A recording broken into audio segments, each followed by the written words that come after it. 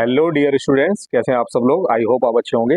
मैं हूं मोहित शर्मा और आप देख रहे हैं मेरे YouTube channel the nucleus of chemistry. तो आज क्लास 10th केमिस्ट्री का जो चैप्टर नंबर 1 है हमारे पास, केमिकल रिएक्शंस एंड इक्वेशन, उसका लेक्चर नंबर 12 लेके आए हैं आपके लिए।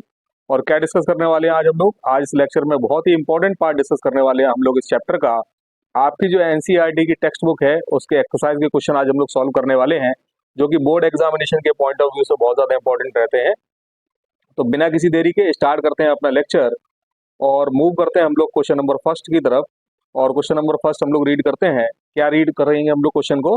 तो पहला क्वेश्चन है हमारे पास, which of the following statements about the reaction below are incorrect. तो आपके ये जो स्टेटमेंट दे रखे हैं इनमें हमको बताना है कि ये जो रिएक्शन दे रखी है इनके लिए जो ये स्टेटमेंट दिए हुए हैं इनमें से कौन से आपके स्टेटमेंट इनकरेक्ट हैं। तो चलिए रीड करते हैं जरा अपने इस पोर्शन को। तो हमारे पास रिएक्शन क्या है, रिएक्शन हमारे पास ये है। आपके पास रिएक्शन है, लेड ऑक्साइड जो है वो कार्बन के साथ कंबाइंड करके लेड का फॉर्मेशन कर रहा है और कार्बन डाइऑक्साइड गैस रिलीज हो रही है। तो पहला स्टेटमेंट आपको दिया है यहाँ पर, जो फर्स्ट स्टेटमेंट है हमारे पास, वो फर्स्ट स्टेटमेंट क्या है। पहला स्टेटमेंट हमारे पास, लेड इज गेटिंग रिड्यूस्ड, कि यहाँ पर जो लेड है वो रिड्यूस हो रहा है। इसके बाद सेकंड स्टेटमेंट है हमारे पास, carbon dioxide is getting oxidise, कि जो कार्बन डाइऑक्साइड है वो आपकी क्या हो रही है, ऑक्सीडाइज हो रही है। ये दिया है। नेक्स्ट दिया है आपके पास part third, carbon is getting oxidise, कि जो कार्बन है उसका ऑक्सीडेशन हो रहा है।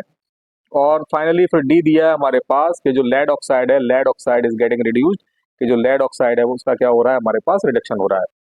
तो देखिए जरा ये जो हमारे पास पहला स्टेटमेंट है, लेड इज गेटिंग रिड्यूस्ड, कि जो हमारी जो लेड है वो क्या हो रही है, रिड्यूस हो रही है। तो साफ साफ दिख रहा है आपको अगर आप इस पोर्शन को और अगर आप ढंग से देखेंगे तो आपको दिख रहा है कि जो लेड ऑक्साइड है वो कन्वर्ट हो रहा है आपका लेड में। तो लेड ऑक्साइड का जब कन्वर्जन हो रहा है लेड के अंदर, तो क्या हो रहा है, यहाँ पर रिमूवल ऑफ ऑक्सीजन देखने को मिल रहा है। और हमको पता है, ये हम पहले ही आपको बता चुके हैं कि जब भी किसी एलिमेंट से ऑक्सीजन का रिमूवल होता है किसी केमिकल रिएक्शन के दौरान, तो वो प्रोसेस क्या कहलाती है, आपकी रिडक्शन कहलाती है। यानी इसका मतलब क्या है कि जो लेड ऑक्साइड है आपका वो रिड्यूस हो रहा है, जबकि यहाँ पर क्या दे रहा है, लेड इज गेटिंग रिड्यूस्ड, कि लेड का रिडक्शन हो रहा है। यानी इसका मतलब सीधा सही है कि जो आपका स्टेटमेंट 1 है वो एक रॉन्ग स्टेटमेंट है, एक गलत स्टेटमेंट है। उसके बाद नेक्स्ट स्टेटमेंट देखते हैं। नेक्स्ट स्टेटमेंट दिया हुआ है हमारे पास, carbon dioxide is getting oxidise. तो जरा चेक कीजिए, यहाँ पर जो कार्बन है उसका कन्वर्जन हो रहा है कार्बन डाइऑक्साइड के अंदर। अब कार्बन का जब कन्वर्जन कार्बन डाइऑक्साइड के अंदर हुआ है तो एडिशन ऑफ ऑक्सीजन देखने को मिल रहा है मुझे। यहाँ पर ऑक्सीजन क्या हो रहा है, ऐड हो रहा है। और जब भी किसी प्रोसेस में ऑक्सीजन ऐड होता है तो वो प्रोसेस क्या कहलाती है, हमारे पास ऑक्सीडेशन।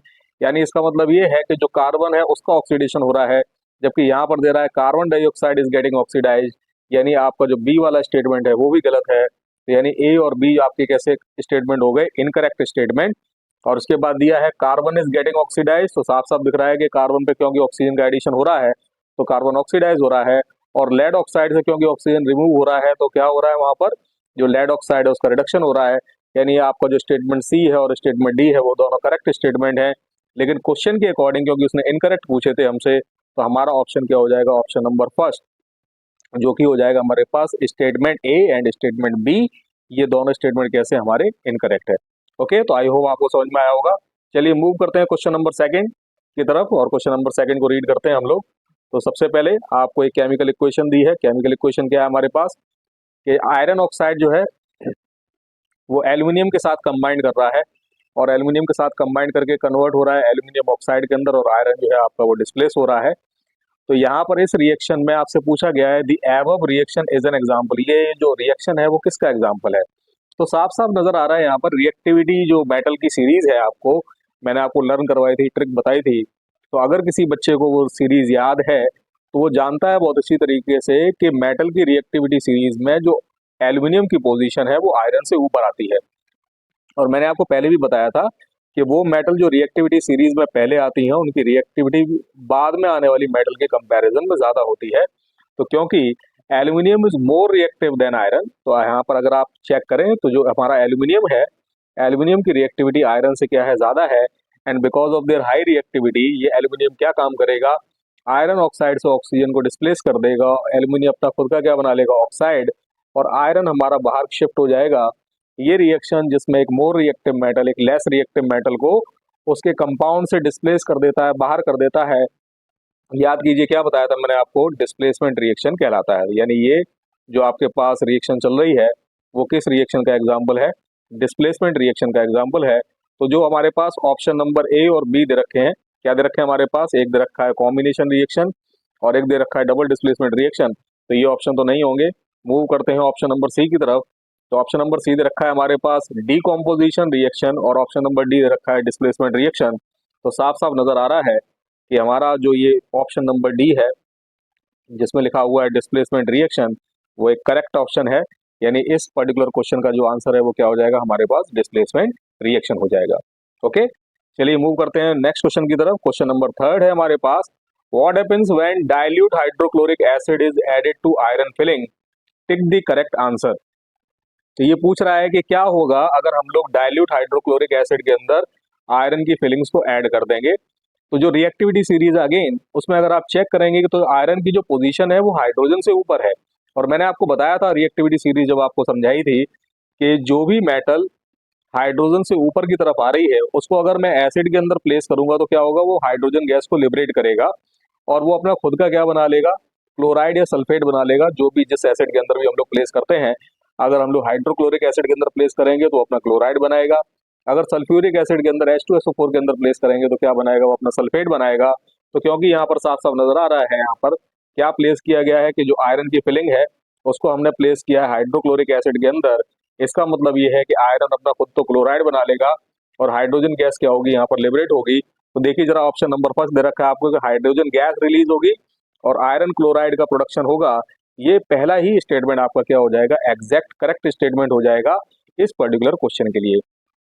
नेक्स्ट दे रखा है आपको, बी दे रखा है chlorine gas and iron hydroxide, तो ये गलत स्टेटमेंट है, ऐसा कुछ भी नहीं होगा। नो रिएक्शन टेक्स प्लेस, बिल्कुल गलत। आयरन सॉल्ट एंड वाटर का प्रोडक्शन होगा, यानी ये भी गलत।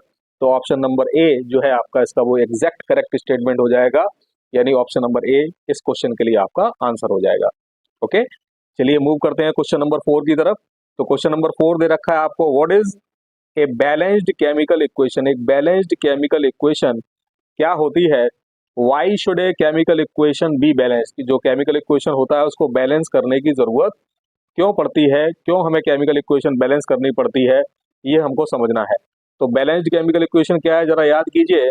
मैंने आपको बताया था कि balanced chemical equations are those chemical equation in which the each atom of every element are equal on both side of the reaction, यानी reactant side और product side दोनों साइड में अगर number of atoms of each and every element equal है left hand side और right hand side में, यानी reactant side और प्रोडक्ट साइड में, तो वो केमिकल इक्वेशन क्या कहलाएगी, आपकी बैलेंस्ड केमिकल इक्वेशन कहलाएगी।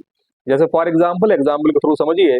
जैसे आपके पास इक्वेशन है, आपके पास इक्वेशन है 2H2, सिंपल सी इक्वेशन है हमारे पास 2H2 और इसको कंबाइन कराया मैंने O2 के साथ और हमारे पास वाटर मॉलिक्यूल बना लाइक 2H2O।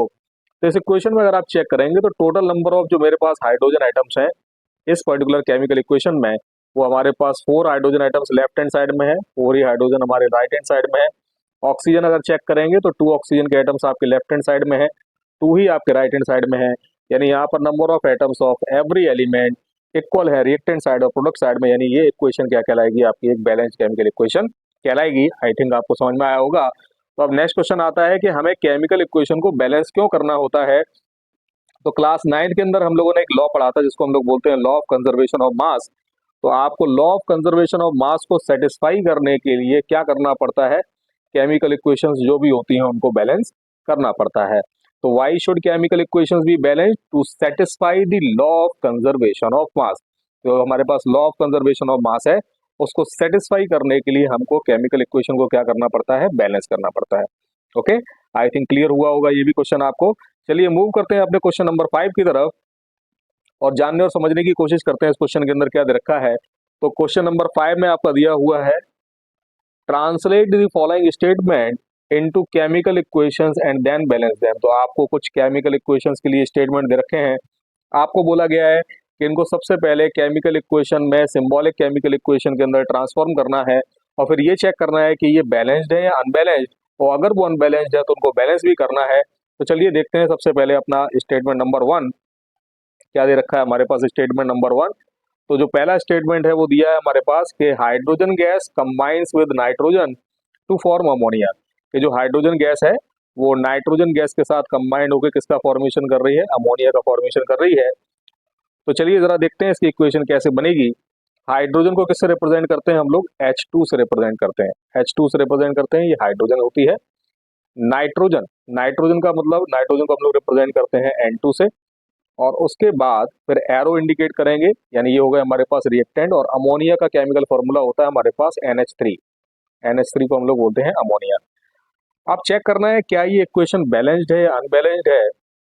तो जरा चेक करते हैं इसको कि बैलेंस है या अनबैलेंस है। तो देखते हैं जरा, हाइड्रोजन के हमारे पास लेफ्ट हैंड साइड में 2 एटम्स है, राइट हैंड साइड में हाइड्रोजन के मुझे 3 एटम्स नजर आ रहे हैं। नाइट्रोजन के 2 एटम्स हैं, जबकि यहाँ पर नाइट्रोजन का केवल एक ही एटम है।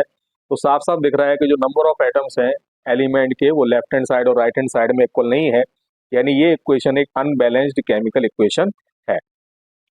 तो चलिए समझते हैं जरा इसको कैसे हम लोग सॉल्व करेंगे। तो मैंने आपको बताया था कि जब भी किसी केमिकल इक्वेशन को बैलेंस करना होता है तो सबसे पहले देखिए क्या वहां पर कोई मेटल का एटम है। तो दिख रहा है कि इस इक्वेशन के अंदर कोई भी मेटल का एटम नहीं है। फिर मैंने आपको बताया था कि अगर मेटल का एटम प्रेजेंट नहीं है तो फिर हम लोग मूव करते हैं नॉन मेटल की तरफ। क्या कोई नॉन मेटल है, नजर आ रहा है नाइट्रोजन एक नॉन मेटल है हमारे पास।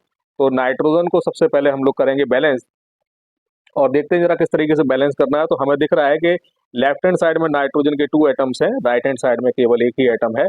तो राइट हैंड साइड में भी 2 एटम्स करने के लिए हम क्या काम करेंगे, 2 से मल्टीप्लाई कर देंगे, यानी हो जाएगा हमारे पास 2NH3। और ये इक्वेशन हमारे पास इस तरीके से जो आएगी, इसमें नाइट्रोजन के एटम्स अब क्या हो चुके हैं हमारे पास बैलेंस। राइट हैंड साइड में भी 2 एटम्स हो चुके हैं अब हमारे पास, और लेफ्ट हैंड साइड में भी कितने एटम्स हो चुके हैं हमारे पास, 2 एटम्स हो चुके हैं। चलिए देखते हैं हाइड्रोजन की तरफ। अब हाइड्रोजन ही बचा है। तो हाइड्रोजन के जो नंबर ऑफ एटम्स है हमारे पास, वो लेफ्ट हैंड साइड में कितने हैं, चेक कीजिए जरा। लेफ्ट हैंड साइड में 2 एटम्स हैं, राइट हैंड साइड में जो 3 एटम्स हैं, और 3 को अगर 2 से मल्टीप्लाई कर देंगे, यानी टोटल अब कितने एटम्स हो चुके हैं हमारे पास, 6 एटम्स हो चुके हैं। तो हाइड्रोजन के 6 एटम्स है हमारे पास राइट हैंड साइड में, जबकि लेफ्ट हैंड साइड में 2 एटम्स हैं। तो लेफ्ट हैंड साइड में भी इसको 6 करने के लिए हम क्या काम करेंगे, 3 से मल्टीप्लाई कर देंगे, यानी फाइनल इक्वेशन हमारे पास क्या आ जाएगी, जरा समझिए। फाइनल इक्वेशन हमारे पास क्या आएगी, फाइनल इक्वेशन आ जाएगी हमारे पास 3H2 plus N2 gives 2NH3। ये हमारे पास एक बैलेंस्ड केमिकल इक्वेशन है, जिसमें हाइड्रोजन नाइट्रोजन दोनों के एटम क्या हो चुके हैं, बैलेंस हो चुके हैं। आई थिंक आपको समझ में आया होगा, क्लियर हुआ होगा ये क्वेश्चन। चलिए देखते हैं नेक्स्ट क्वेश्चन हमारे पास, क्वेश्चन नंबर 5 का बी पार्ट। और क्वेश्चन नंबर 5 के बी में दिया हुआ है कि hydrogen sulphide gas burns in air to give water and sulphur dioxide. तो hydrogen sulphide gas, hydrogen sulphide gas क्या है हमारे पास, H2S, इसको हाइड्रोजन सल्फाइड गैस बोलते हैं। बर्न कर रहे हैं इसको एयर के अंदर। बर्न करने का मतलब ये है कि ऑक्सीजन की प्रेजेंस से बर्न करते हैं। कई बार मैंने आपको बताया क्या बन रहा है, वाटर का फॉर्मेशन हो रहा है, यानी वाटर होता है हमारे पास H2O, और बन रहा है सल्फर डाइऑक्साइड। सल्फर डाइऑक्साइड का मतलब SO2 गैस। ओके, चलिए देखते हैं हमारे पास क्या ये एक बैलेंस्ड या अनबैलेंस्ड केमिकल इक्वेशन है। तो देखते हैं सबसे पहले हमारे पास लेफ्ट हैंड साइड में हाइड्रोजन के कितने एटम्स हैं, 2 एटम्स हैं। राइट हैंड साइड में भी 2 एटम्स हैं, यानी हाइड्रोजन हमारी बैलेंस है। सल्फर का एक एटम है यहाँ पर भी एक एटम है, यानी सल्फर भी आपकी बैलेंस है। ऑक्सीजन अगर चेक करेंगे तो ऑक्सीजन के यहाँ पर 2 एटम्स हैं, और यहाँ पर अगर आप चेक करेंगे तो 2 एटम्स यहाँ पर आपको दिखाई दे रहे हैं इधर, और एक एटम इधर, यानी ऑक्सीजन के टोटल नंबर जो एटम्स है हमारे पास वो 3 है। यानी हमको दिख रहा है कि सल्फर भी बैलेंस है, हाइड्रोजन भी बैलेंस है, केवल एक ऑक्सीजन के एटम आपके बैलेंस नहीं है। ओके, तो चलिए हम लोग सबसे पहले फिर क्या काम करते हैं, ऑक्सीजन को ही बैलेंस करने की कोशिश करते हैं। तो ऑक्सीजन यहाँ पर टोटल 3 एटम्स है हमारे पास, यहाँ पर हमारे पास 2 ही एटम्स है। तो इनको और ज्यादा इवन करने के लिए हम क्या काम कर सकते हैं, यहाँ पर हम लोग मल्टीप्लाई कर सकते हैं 2 से। तो 2 से मल्टीप्लाई कर देंगे तो total number of oxygen items कितने हो जाएंगे हमारे पास, 4 ऑक्सीजन आइटम्स हो जाएंगे। और राइट हैंड साइड में भी अगर हम लोग चेक करेंगे तो राइट हैंड साइड में भी हमारे पास 3 आइटम्स है। इस 3 को 4 करने के लिए हम लोग क्या करना पड़ेगा, 2 से मल्टीप्लाई करना पड़ेगा। और जैसे ही मैं 2 से मल्टीप्लाई करूंगा तो हाइड्रोजन आपको नजर आ रहा होगा कि हाइड्रोजन के जो एटम्स है वो हमारे अनबैलेंस हो चुके हैं, क्योंकि हाइड्रोजन के अब हमारे पास जो एटम्स है वो राइट हैंड साइड में हो चुके हैं 4, जबकि लेफ्ट हैंड साइड में कितने हैं हमारे पास, 2 एटम्स हैं। तो राइट हैंड साइड में हमारे पास ये 4 एटम्स हो चुके हैं। जरा देखते हैं इसको एक बार, इसको जरा मैं हटा देता हूं यहाँ से।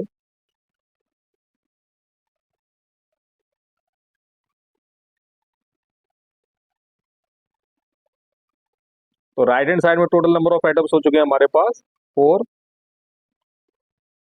4, जबकि यहाँ पर कितने हैं हमारे पास, केवल 2 ही एटम्स हैं। तो इस 2 को 4 करने के लिए मुझे क्या करना पड़ेगा, यहाँ पर भी 2 से मल्टीप्लाई करना पड़ेगा, तब कहीं जाके ये आपके जो एटम्स हैं वो कितने हो पाएंगे, 4 एटम्स हो पाएंगे।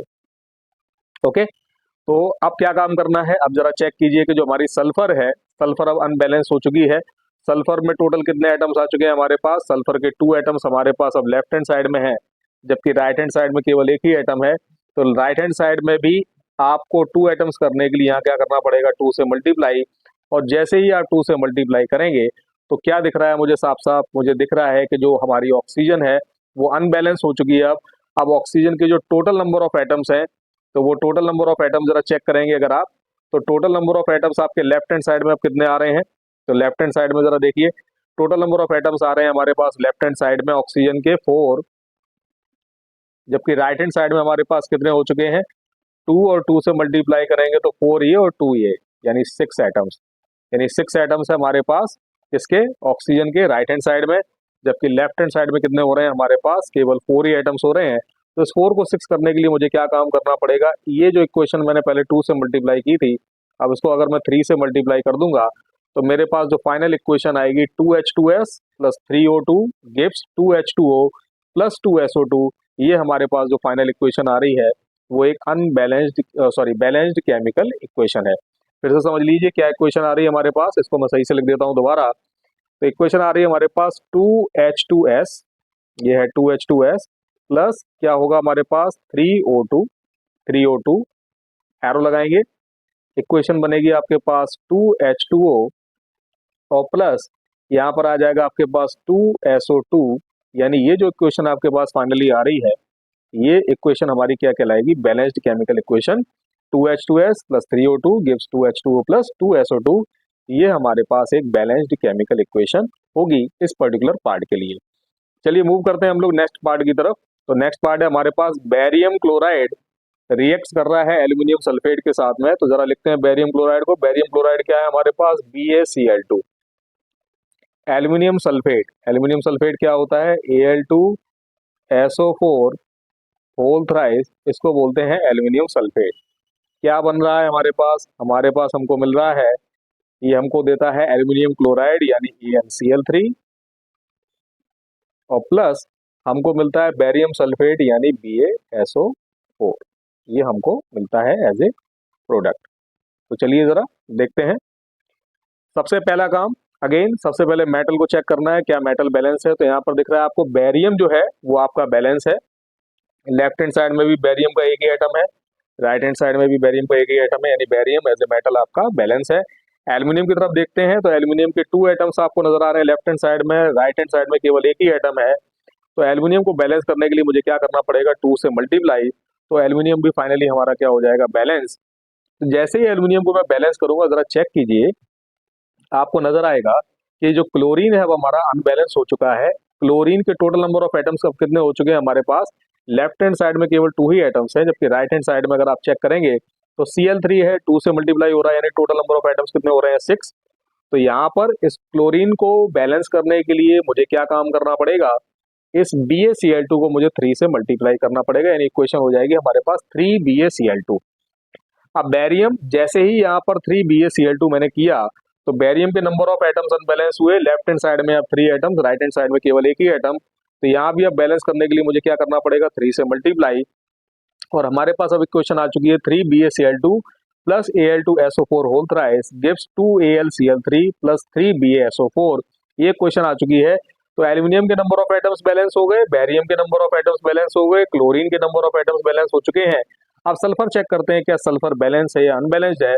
तो दिख रहा है मुझे राइट हैंड साइड में सल्फर के मेरे पास 3 एटम्स हैं, और अगर हम लोग लेफ्ट हैंड साइड में हमारे पास 3 एटम्स हैं, राइट हैंड साइड में अगर चेक करेंगे तो राइट हैंड साइड में भी हमारे पास 3 एटम्स है, यानी सल्फर भी क्या है आपका बैलेंस है।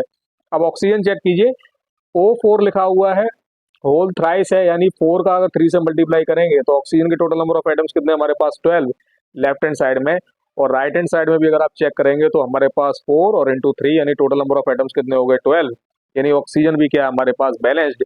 यानी इसका मतलब ये है कि आपके पास फाइनल इक्वेशन क्या आ गई, आपके पास फाइनल इक्वेशन आ चुकी है 3BaCl2 plus Al2SO4 whole thrice 2AlCl3 and 3BaSO4। फिर से सुन लीजिए, 3BaCl2 plus Al2SO4 whole thrice gives 2AlCl3 plus 3BaSO4।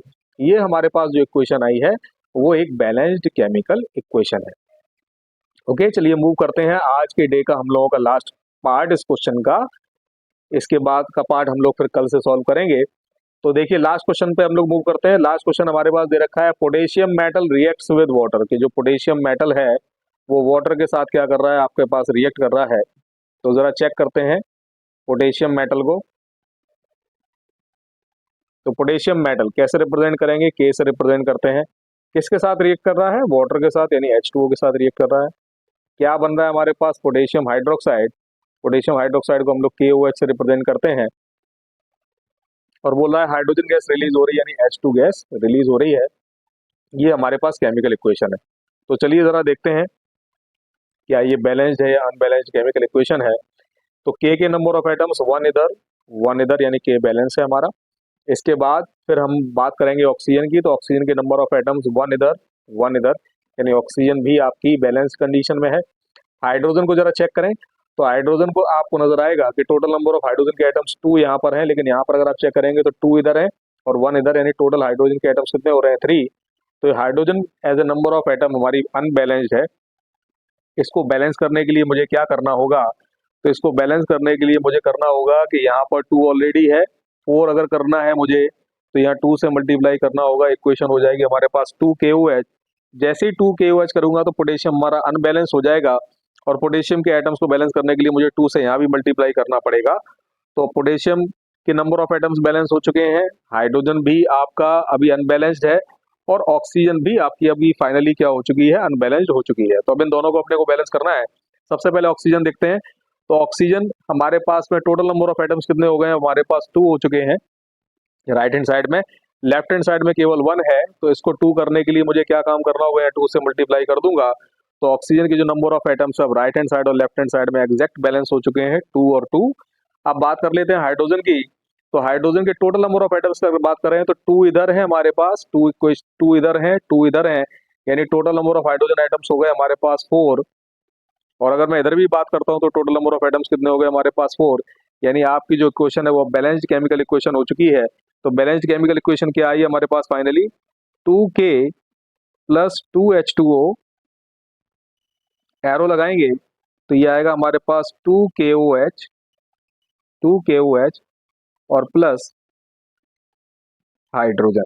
तो ये जो फाइनल इक्वेशन आई है हमारे पास 2K plus 2H2O gives 2KOH और प्लस H2, ये हमारी बैलेंस्ड केमिकल इक्वेशन है। ओके, तो आज हम लोगों ने इस एक्सरसाइज में क्वेश्चन नंबर 1 से लेके क्वेश्चन नंबर 5 तक के क्वेश्चंस को सॉल्व किया। आई होप आपको ये सारे के सारे क्वेश्चन समझ में आए होंगे, अच्छी तरीके से मैंने इनको एक्सप्लेन किया है, ये क्वेश्चन आपको समझ में आ गए होंगे। इसके बाद के जो क्वेश्चंस हैं, इसके बाद का जो पार्ट है वो सेकंड पार्ट मैं कल आपके लिए लेके आऊंगा, कल इसको अपलोड करूंगा। तब तक अगर ये क्वेश्चंस का जो पैटर्न है वो आपको अच्छा लगा हो तो प्लीज इस सेशन को लाइक कर दीजिए और इसी तरीके से चैनल के साथ बने रहिए। इस चैनल पर मैं आपको NCERT और NCERT एग्जाम्पलर के सारे क्वेश्चंस बहुत ही अच्छी तरीके से सॉल्व कराऊंगा। कंप्लीट बोर्ड का जो कंटेंट है आपको वो इस चैनल पे फ्री ऑफ कॉस्ट मिलेगा। तो इस चैनल के साथ बने रहिए, सपोर्ट करते रहिए। Thank you very much.